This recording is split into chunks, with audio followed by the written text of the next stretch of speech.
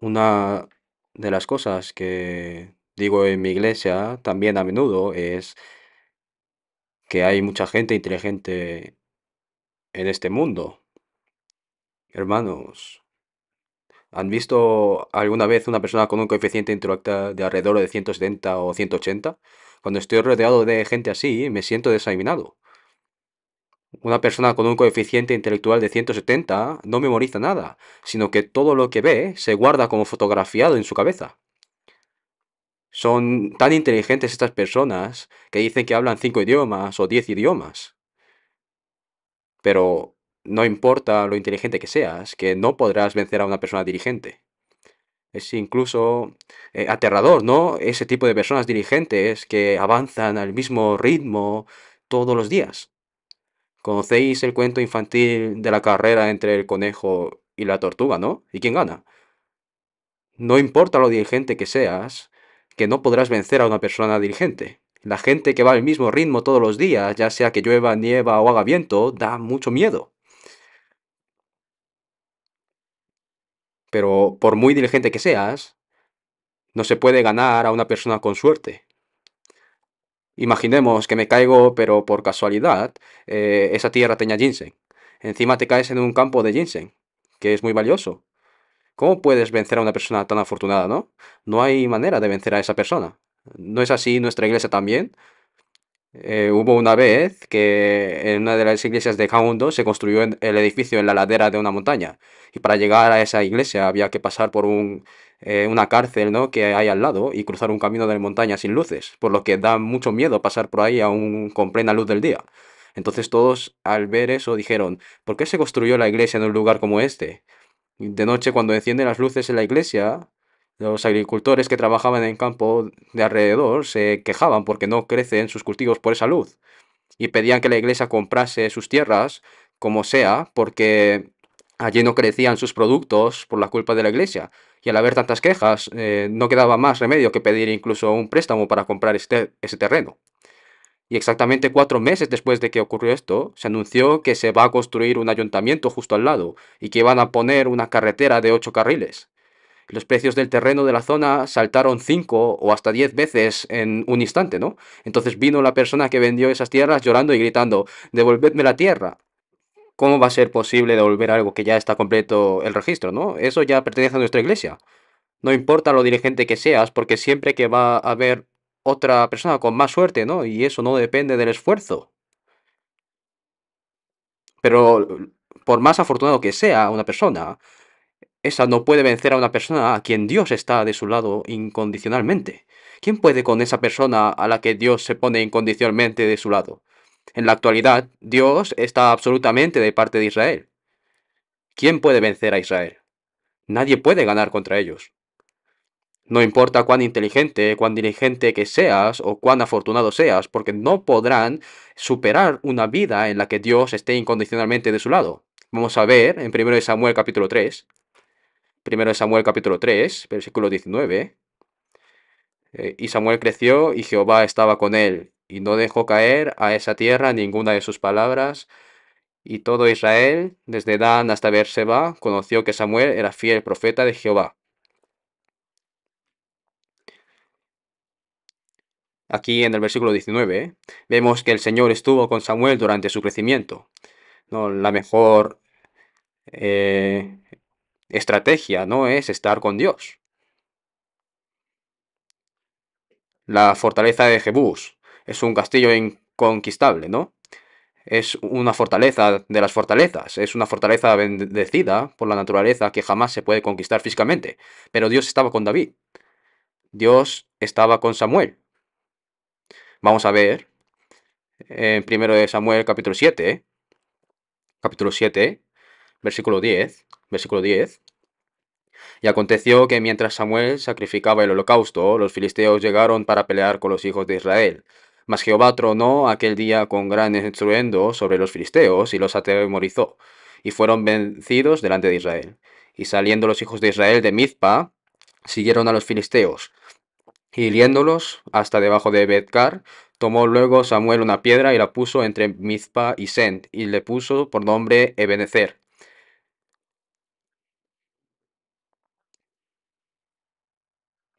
Jehová de los ejércitos está con Samuel. Samuel no es un estratega ni es un comandante militar. Samuel ni siquiera es general. Samuel fue simplemente un profeta de Dios que proclamaba la palabra de Dios a todos los israelitas desde Dan hasta Bérseba. Era un profeta de Dios que proclamaba la palabra de Dios. Dios estaba con Samuel.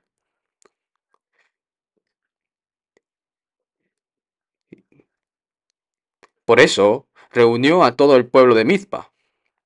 ¿Por qué? No para hacer la guerra contra los filisteos, sino que reunió a todo el pueblo de Mizpa para anunciar la palabra de Dios. Es decir, ofrecer sacrificios del holocausto para mandar que viviesen conforme a la voluntad de Dios. Es lo mismo que decir que los reunió para dar culto como hoy en día, ¿no? Entonces, si se reunieron para dar culto, ¿habrán salido de sus casas con armas? ¿Entre nosotros hay alguien que va el domingo a la iglesia con cuchillo de cocina en su bolso? No hay nadie, ¿verdad? Israel ni siquiera tiene armas de por sí. Como no hay herreros, Israel no tiene a nadie que forje el hierro, por lo que casi no tienen armas útiles. Todos los israelitas que se reunieron en la atalaya de Mizma solo para escuchar y anunciar la palabra de Dios. Pero esta noticia llegó a los oídos de los filisteos.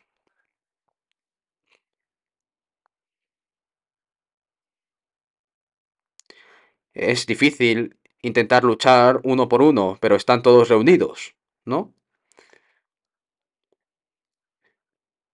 Y qué bueno sería atacarles de un solo golpe ahora que están todos reunidos. Con esa noticia del espía de que los israelitas estaban reunidos en Mizpa, los filisteos lanzaron un ataque por sorpresa.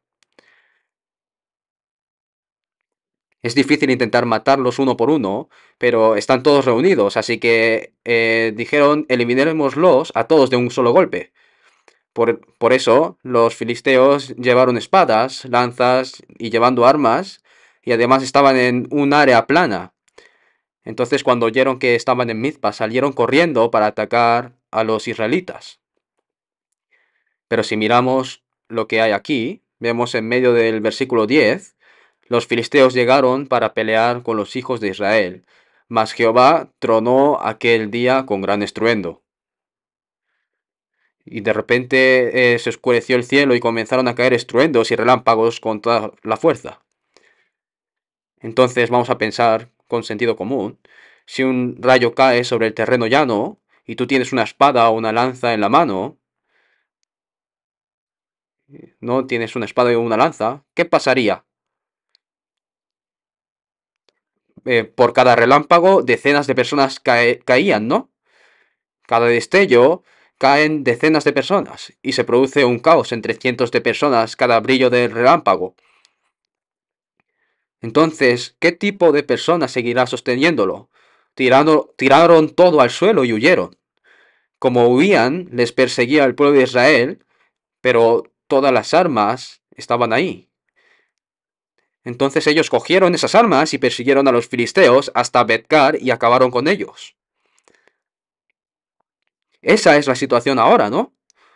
Cuán agradecido estaban y dijeron, Ebenezer, Dios me ha ayudado hasta aquí, hasta ahora, qué agradecido estoy. Por eso nosotros podemos tener la idea incorrecta de que tenemos que desarrollar las mismas habilidades y tener las mismas condiciones que el resto de las personas del mundo, pero eso no es cierto.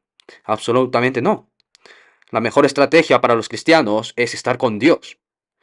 No es como la gente del mundo que tienen las mismas estrategias que el mundo y las mismas condiciones que el mundo. Así no se puede vencer al mundo. ¿Cuál es la mejor estrategia para los cristianos? Es estar con Dios. Como el Dios de los ejércitos está con David, conquista tan fácilmente hasta ese castillo invencible. Fue una fortaleza de las fortalezas. Y la gente decían, incluso aunque seamos ciegos o cojos, podemos defender de vuestro ataque. Pero no lo dijeron por jactancia u orgullo, sino que realmente ese castillo era así de fuerte. Pero Jehová de los ejércitos estaba con David. Eso es lo importante. Entonces, ¿puede el Señor Todopoderoso estar con nosotros en medio de nuestras vidas? Hay dos maneras de estar juntos con el Señor. Uno es que debe permanecer cerca de la palabra, ¿no? Debe acercarse realmente a la palabra, con un corazón que anhela la palabra y la comunión. Y segundo, debe abandonar el pecado. El Espíritu Santo es un Espíritu Santo, pero no puede existir el pecado, ¿no? No podemos estar juntos. Como los israelitas tenían el pecado de idolatría, Jehová no tuvo más remedio que irse. Cuando se fue Dios, llegó el ejército de Babilonia y los exterminó. Otra cosa es que necesitas estar muy cerca de la palabra. En San Juan capítulo 1 leemos que en el principio era el verbo y el verbo era con Dios y el verbo era Dios. Estar cerca de Dios significa estar cerca de la palabra. Por eso hay que arrastrar el mundo con esas palabras. Si no tienes la palabra, serás arrastrado por el mundo. No puedes ir arrastrando el mundo, sino que te arrastrará el mundo. ¿Cómo podemos revelar la luz de Dios si somos arrastrados por este mundo que es como un tsunami? Y si hay pecado en tu vida, el Espíritu Santo no puede estar contigo. Echemos un vistazo al capítulo 16 de Jueces, Jueces capítulo 16.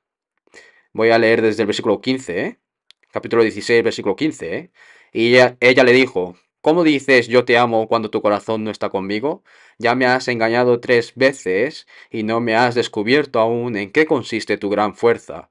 Y aconteció que presionándole ella cada día con sus palabras e importunándole, su alma fue reducida a mortal angustia. Si hay pecado, el primer síntoma es que se rompe el shalom. El shalom es paz con Dios.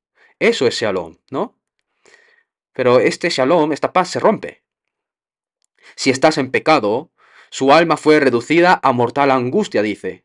Versículo 17, le descubrió pues todo su corazón y le dijo, nunca a mi cabeza llegó navaja, porque soy nazareo de Dios desde el vientre de mi madre. Si fue rapado, mi fuerza se apartará de mí y me debilitaré y seré como todos los hombres.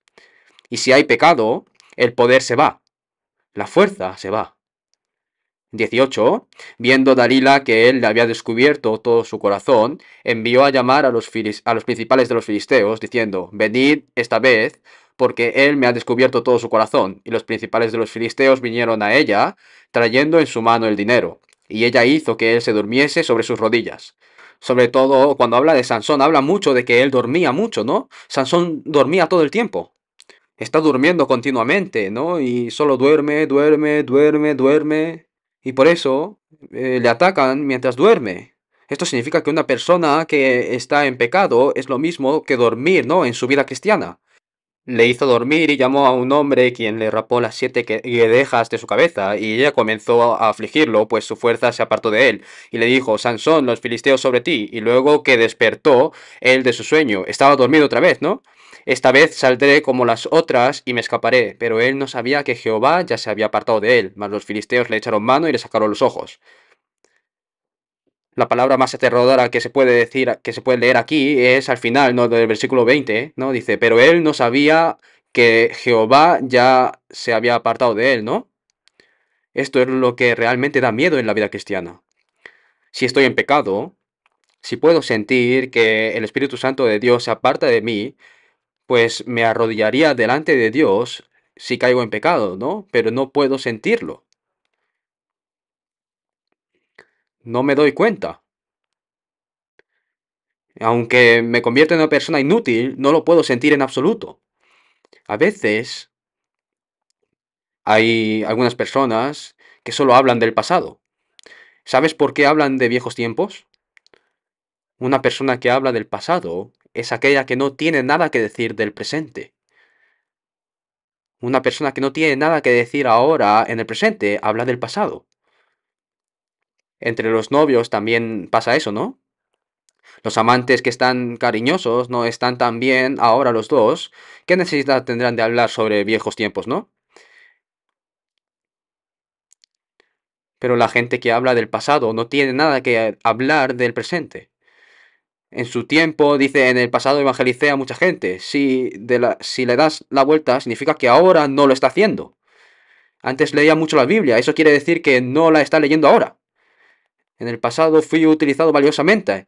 Si miramos la otra cara, significa que ahora no puede ser usado de ninguna manera. El mismo Satanás era un arcángel en la antigüedad. ¿Quién le llama ahora como arcángel? Decimos que es el diablo, ¿verdad? Y Judas Iscariote fue uno de los 12 apóstoles. Pero ¿quién le diría que Judas Iscariote es un apóstol? Le llaman el traidor que vendió a Jesús. Las historias del pasado no sirven para nada. Es inútil. Pero el problema es que no se da cuenta de que Dios lo ha abandonado. Ahora mismo Dios no me está usando en absoluto, pero no me doy cuenta de por qué Dios no me está usando. Pero si lo piensas detenidamente, es un pecado que debe ser abandonado ante Dios. Hay pecados que tienes que abandonar. Si no lo dejas, no podrá ser usado. Su alma fue reducida a mortal angustia porque mis fuerzas se han debilitado. Cuando hablamos de Sansón, él no es el principal representativo de la palabra poder, fuerza, ¿no? ¿Hay alguien en el mundo más fuerte que Sansón? ¿Dónde estaba esa persona más fuerte que Sansón en el mundo humano? Pero ¿por qué perdió todo su poder? ¿Por qué perdió todas sus fuerzas? Fue por el pecado. Jehová se apartó de él. Si hay pecado en nuestras vidas, también se irá. Entonces, por eso, nuestra mejor estrategia es estar con Dios de los ejércitos. Para estar con Dios de los ejércitos, una cosa que debemos hacer es acercarnos a la palabra y la otra es abandonar el pecado. Pero ¿no están las dos cosas relacionadas? Mientras te aferres al pecado, ya no entenderás la palabra. Y la palabra cada vez se aleja más, ¿no? Si no lees la palabra por un mes, pasa enseguida un año. Y si pasa un año, pues pasan 5 años. Y si pasan 5 años, pasan 10 años. No se lo puede decir a nadie, ¿no? Pero es que no puedo leer la Biblia. Cuando hago consulta en los retiros, realmente hay mucha gente que dice de esta manera: Pastor, no hay alegría. No tengo alegría en mi vida cristiana. Es muy frustrante. No tengo alegría. Entonces, después de escuchar esto, le pregunto: ¿cuánta palabra de la Biblia lees? Me da vergüenza, pero no leo la Biblia, dicen. Entonces, por eso, ¿qué alegría puede haber ahí, no? No la hay. Por eso le pedí que leyera 5 capítulos al día durante un mes. Y si no es capaz, que lo lea en voz alta. Entonces se llenará hasta sobrepasar de gozo y alegría en su corazón. Antes sentías a Dios que estaba tan lejos que tenías que llamarle con voz alta, ¿no?